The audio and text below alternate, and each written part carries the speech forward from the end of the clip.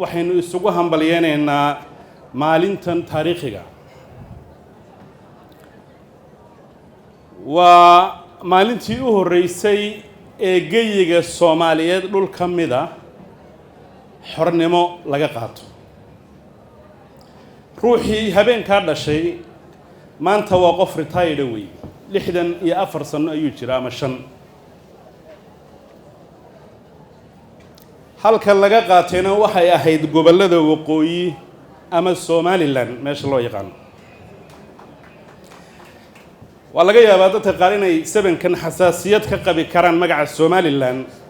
markii qolyo ay ula kaceen xagga iyo meel inaga shisheeya laakiin 1960kii markii gobonnimada la qaadanayay dareenkii jiray ma ahayn kamaanta jira ee dadka lagu cabirayo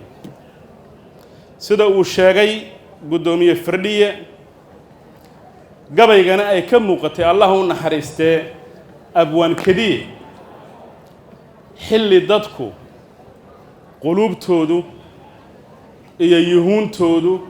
iyo rabitaankoodu mid ahaabo ah maalin bay ahayd dadka Soomaaliyeed ka New York jooga ee ka xamaalanaya iyo ka cadan jooga iyo ka East Africa jooga iska daa kuwa dalka gudihiisa joogay ay si weyn u sugayeen maalin bay ahayd qofka Jowhar jooga iyo ka Tiyoglo jooga iyo ka Kismaayo dusheeda jooga ay naawilayeen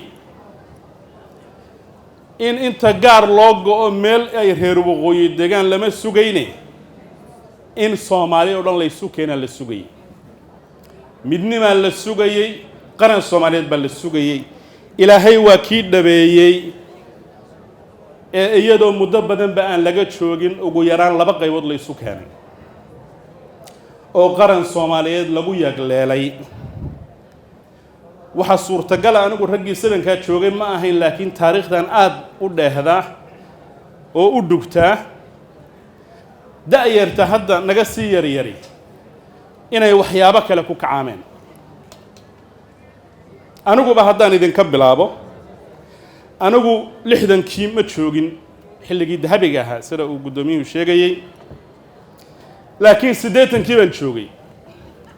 iyadoo dawladnimada Soomaaliyeed la sheega markaa iyo qarannimada Soomaaliyeed ay cindaaqday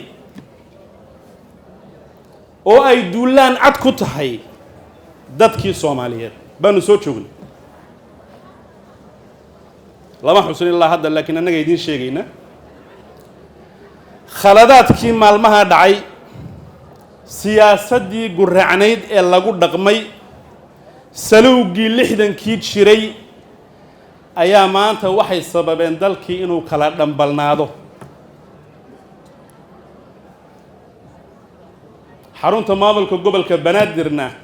caawa inaynu intaa ku joogno oo madaxweynihii qaranka Soomaaliyeed iyo ra'iisul wasaarihii iyo mas'uuliyiinta kale halkan fadhiyaan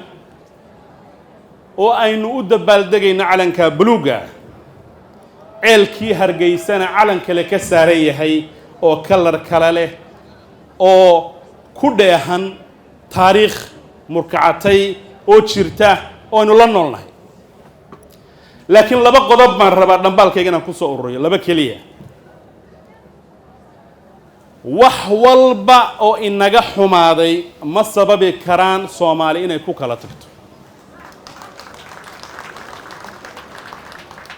haddii qolooyinka anigu aan ka soo jeedo reer Somaliland ay tabasho qabaan waxa lagu xallin karaa xayndaabka dastuurka iyo qarannimada Soomaaliyeed taasaanu anagu halkan u joognaa laakiin waxa ayaan daraa maanta 4 qof baan idin kula joognaa inkastoo maanta madaxweyne halkan madasha markaanu fadhinay aanu qolooyinkii reer waqooyigu idinka badnayn in a symbolic sense marka xagga symbolic la eego laakiin malaayiin qof ayaa ku hoos nool maamulka Somaliland waxa la rabaa dadka iyo hogaankooda iyaga dood baana dhex taala oo qadiyadana dhex yaala dadkii la xaajoon lahaa adeer u kaadi maanta waa maalin weyn waxaan rabaa inaan idin xasuusiyo mas-uuliyadda baadigoobka xalowhelada qadiyadda iyo soo dabaalidda qarannimada mataqaana dhaawaca ku yimi kuma koobnaan karto madaxweynaha oo keliya ra'iisul wasaaraha oo keliya baarlamaanka oo keliya hogaamada maamulka oo keliya hal su'aal baan rabaa inaan reer koonfureed maanta weydiiyo mala madaxweynuhu inooga jawaabi doonaa ma jiraan dad abaabulan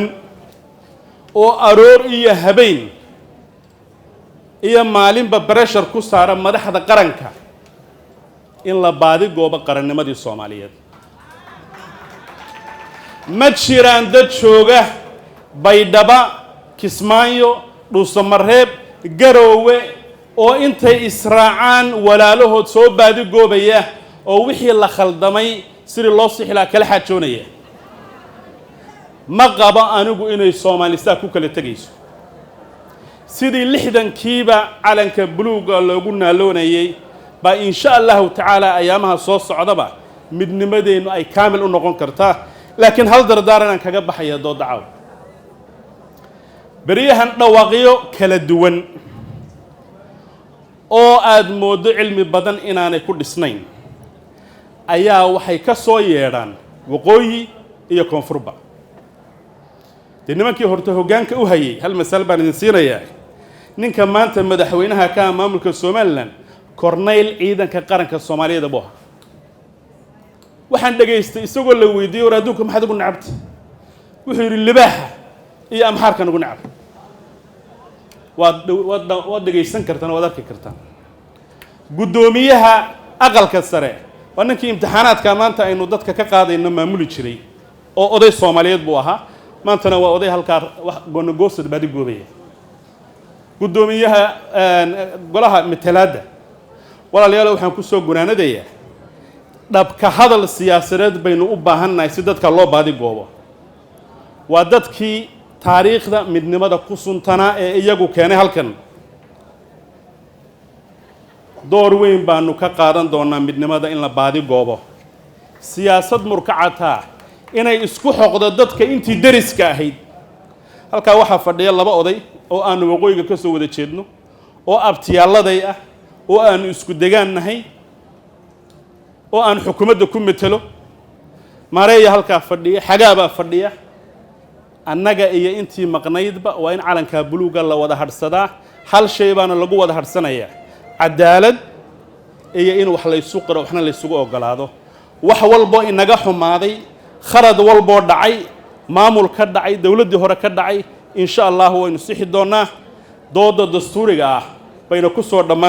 dhamaan doontaa aad maadii islaamaya oo maasantii